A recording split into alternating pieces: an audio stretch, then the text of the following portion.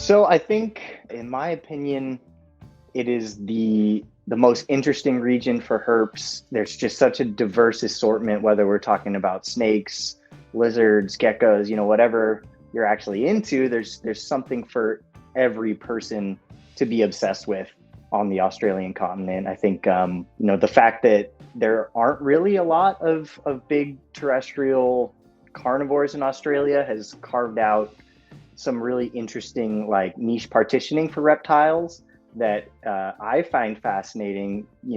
A lot of the apex predators in any given place is a reptile in Australia, and that's just not the case in most of the places that us snake lovers live. So there's something fascinating to that. Inherently, Aussie reptiles tend to be very hardy and tough, which is a plus for people like us that try to keep them in captivity. And I think a lot of them just have really fascinating stories too. Obviously, the rough scale comes to mind, but with pretty much any Australian species, there's at least some sort of history or lore behind it that is pretty fascinating to dig into as well.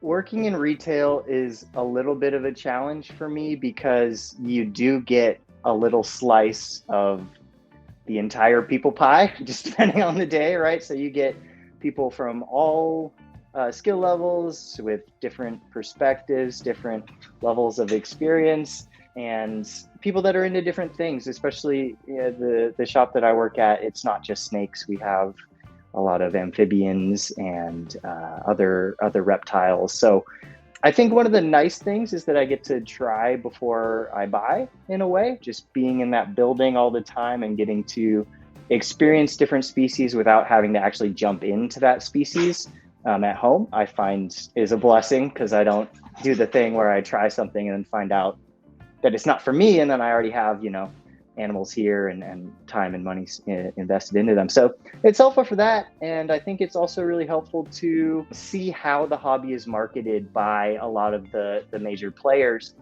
in terms of supplies and things like that. It just it lends itself to understanding better what the new person that's coming in is seeing and digesting, and kind of the pitfalls that are inherent to that, based on the way, say, like a ZoomEd or a Zilla is constructing their marketing and their business model for beginners. Before grad school, I did a full year as full-time field biologist in San Francisco Bay Area. So I think that really did help me in terms of just fostering an appreciation for the total environment and how you can think in that broader sense with any species and any animal from anywhere in the world. For example, Aki sitting on my shoulder right now, because I have spent so much time out in the environments around me doing field work. You start to think about where this animal actually comes from, what that looks like, how has it been impacted by people. If I was on a job site somewhere in the range of the Ackies, what else would I be seeing besides the Ackies? What would the dirt look like? What would the rocks look like? What would the prey items be doing? Everything like that is just, I think that it's really a challenge for us to comprehend how interconnected everything is in any given ecosystem, but having that broader perspective and needing to focus on things like the plants and the birds and the yada yada yada, depending on the job, it just kind of forced me out of my comfort zone and made me pay attention to specific behaviors and things like that for species that I didn't really care about, which is just a good mental exercise.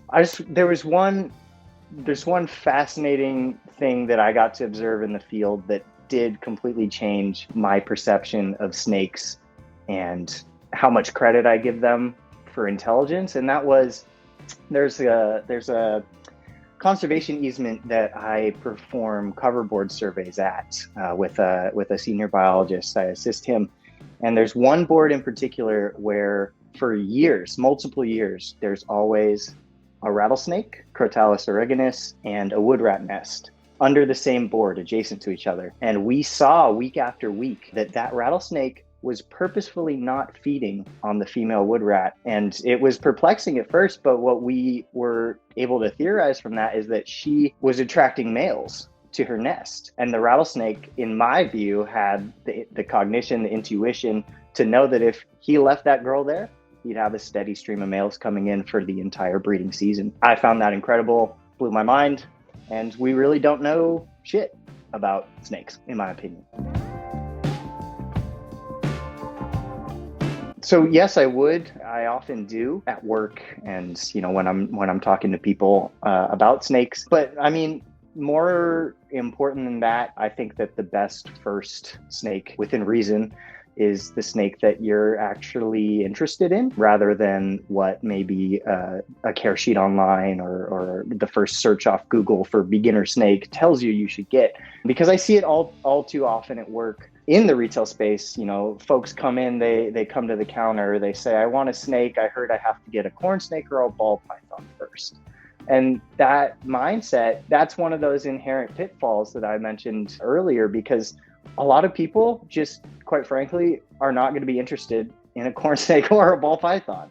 And so when you're talking about an animal that lives 25, 30 years, you want to get something that is actually interesting to you. Otherwise, you're going to get bored, and the animal's the one that's going to suffer when the care starts to be neglected. So I think Brettles are a great first snake because, at least they were in my case, because they were what interested me. So I was willing to do the work, look into their natural history. It doesn't hurt that you can't kill them with temperatures, and they eat really well. There's considerations like that. But at the end of the day, whenever I have somebody asking me what they should get first at the counter, I say within reason, whatever interests you the most. Don't go head first into a retic or hots, but yeah, get hands-on with different species and actually figure out what you want, because it is a commitment and you should be interested in that animal every day. And I mean, that's part of the issue too, right? Like with a ball python, for example, like I answered 10 to 20 calls a day. My ball python's not eating.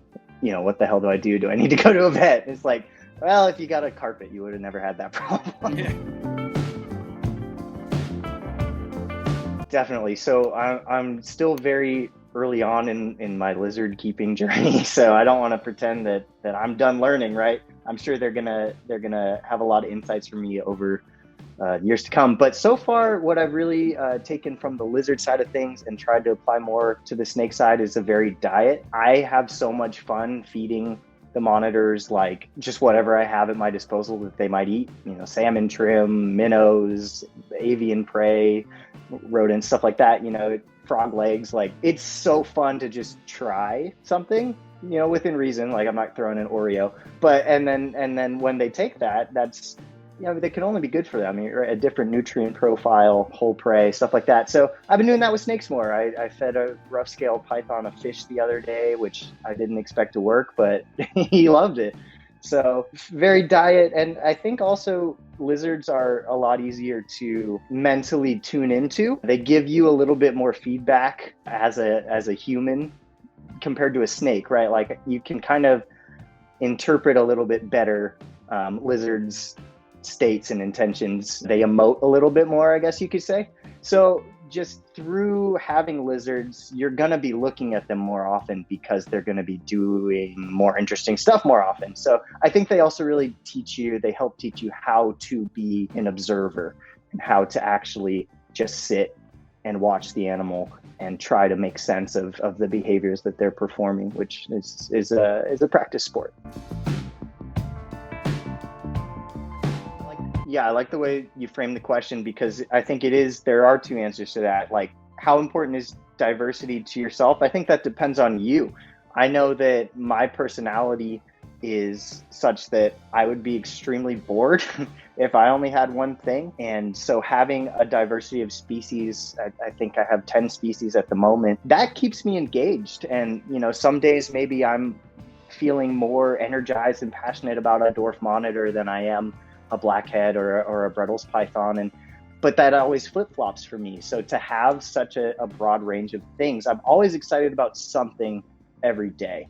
And I think it also challenges you to be more in touch with your husbandry, because a diversity of species is going to need a diversity of of different care. So if everything is just a blanket, 90-degree hotspot in a drawer situation, you're going to tune out pretty fast. You're not going to check that every day because that you're on point. So having a reason to police yourself, check yourself, and make sure that the different species with different needs are all getting the right thing, just is another way to keep you engaged with your care and help you from getting bored. And then for the second point, how important is diversity as a community? I think that that's huge, because the more diversity of species that we're able to succeed with and show to people that maybe are not familiar with them, the more people might potentially fall in love with a reptile and become part of this hobby. And especially right now with, specific legislation and stuff like that targeting the reptile hobby, the more engaged and passionate people, the better, in my opinion.